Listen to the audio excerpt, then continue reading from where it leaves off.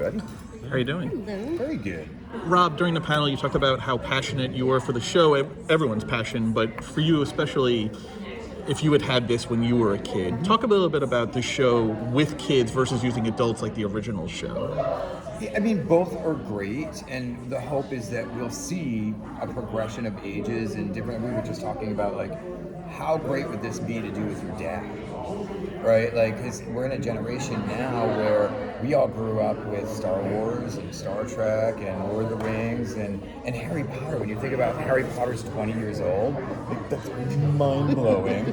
So we're passing all of that to our kids. So how cool would it be to now have that season where parents are involved because they love fantasy as well. So for me, had I had that and been able to have that experience as a young kid, I grew up in a very tiny little town. I was, I keep saying it was like 2 cows and a stoplight, but I grew up in Rhode Island.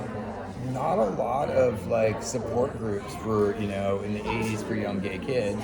So for me, I sort of immersed myself into the world of fantasy, and what I loved were movies and books and reading and getting into these creative worlds. But I'm also an artist. So all of that creativity to be able to come out, that's why I love coming to like WonderCon and Comic-Con, because that you see the creativity of everybody. And this world, when it's funny, we talked about this over the past decade. When I was a kid, it was being a nerd. Now it's being everybody. Because we, as the original nerds, open that door for everybody to come out and be like, oh shit, I like this too. We won. We won. Right, we won. We won. Oh my god, I'm making that t-shirt. Still making that t-shirt. Love it. When it comes to creating the storyline and the creatures, how involved were you guys? And like, how did you even narrow it down with such a vast fantasy land of everything you could pull from? Well, we worked with our writers, and they created with us the story and everything, and where we thought we had Spectral Motions, this incredible creature.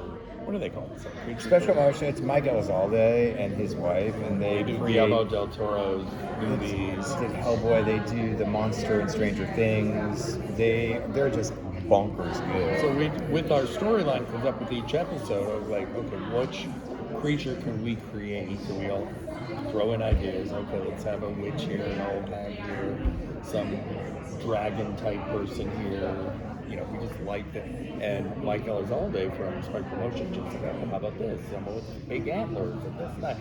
And that was for me, the most fun part was going to his shop and seeing the designs and work that they've done. It was just, do you like the eyeball doing this, or you pull out something? It was like, oh yeah, it's really great. But the drag hero, we're like, maybe some more clothing on the drag hero. Right. First he was like naked. I was like, Disney Plus, let's put some clothes on. Yeah.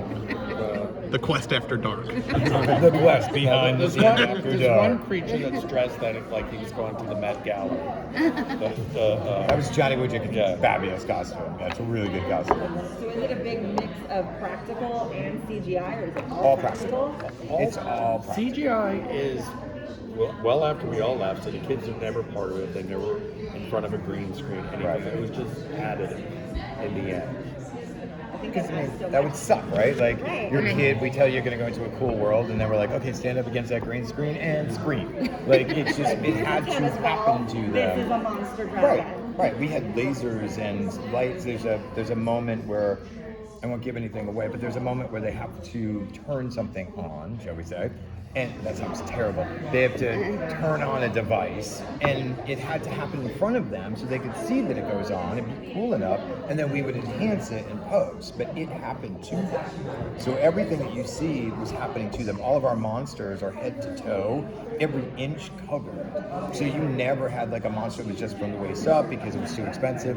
Every monster is done. Every costume on the monster is Every detail. Every single detail, like down to like getting them as wet as possible before the kids would get there, because we would shoot for like an hour and 20 minutes, right? So they've got to stay wet and look like they're a reptile, and that they're sweating, and God bless the actors in those costumes, because they just had to stay in the moment, and the kids throw real questions at them or yell at them, and it's awesome. That's so cool. There are like a lot of constraints with working with children in the industry. Like you were saying, an hour and 20 minutes. I mean, was it difficult to keep those children in character and like where they just snap back? No, we're all kids, right? I think they loved it. They couldn't wait to get out of school because we were shooting during the school year.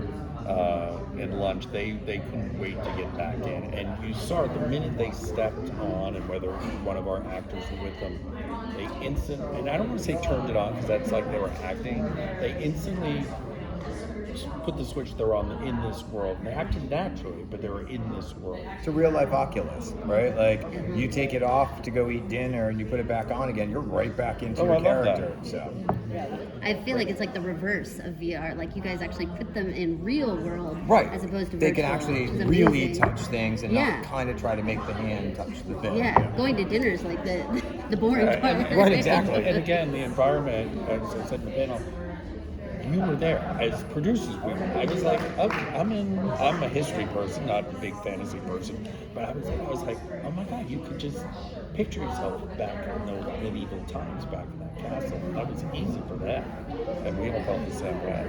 Coming from a Queer Eye background and very reality television, was it an adjustment for you guys as producers having the scripted and unscripted component to We've it? both done scripted pieces. I started in scripted movies, so I was used to that. I missed it. We went into reality because I had made a lot of scripted movies with my partner David Collins, who's one of the producers as well. But we never made a lot of money. We made a lot of awards. We got a lot of awards, but we never really made cash. And we just said, let's get into this reality TV thing. And what was our first up at bat? The original one. It's a pretty good at bat. I mean, Yeah. And then to go up and bat again and do it for a second time was bonkers. And I think we approach most of our unscripted like scripted. Like our shows are more cinematic. They're just shot with different cameras.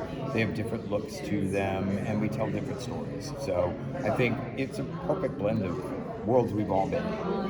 Did you say on the panel that the unscripted and scripted stories are going to sort of come to a head at a point and impact each other at a certain It's a point in the twist. series? Okay. There's a Could twist. you expand more on what? Nope. Fair. It wouldn't be a twist if I did that. Can you guys talk a little bit more about how you found that location? And like once you got there, like were they on board right away, or did you got to be like? Can you tell us? Let's not tell that. Let's not tell. No, originally, as I said, we were planning to go to Vienna, Austria.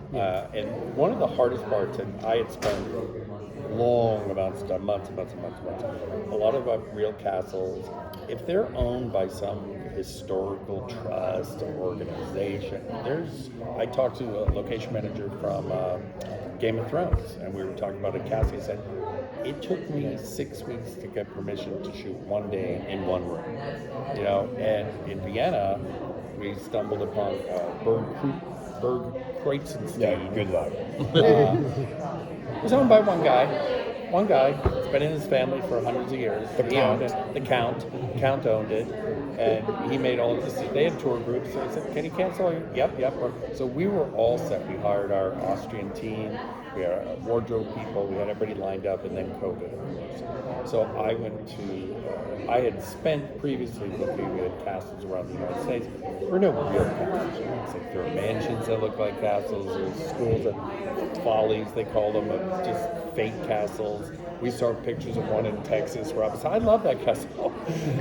And it was horrible. No, I should say it was horrible. It was a lovely place. But I knew we could do something with it because of the team we had. But it wasn't a castle. It wasn't a castle. We don't have castles in the United States. There are no. And this is We have White one, Castle. Right. But this is the one, but they were a winery.